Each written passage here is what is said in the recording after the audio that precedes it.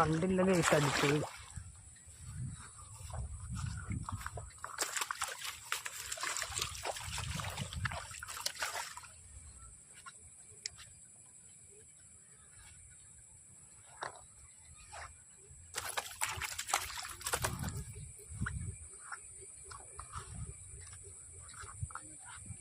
Guys നല്ല നാടൻ അടിച്ചിട്ടുണ്ട് കേട്ടോ.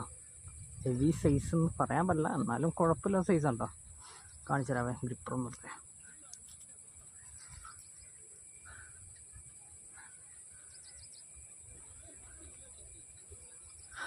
ഇതുണ്ടോ സൈസ് നോക്കി.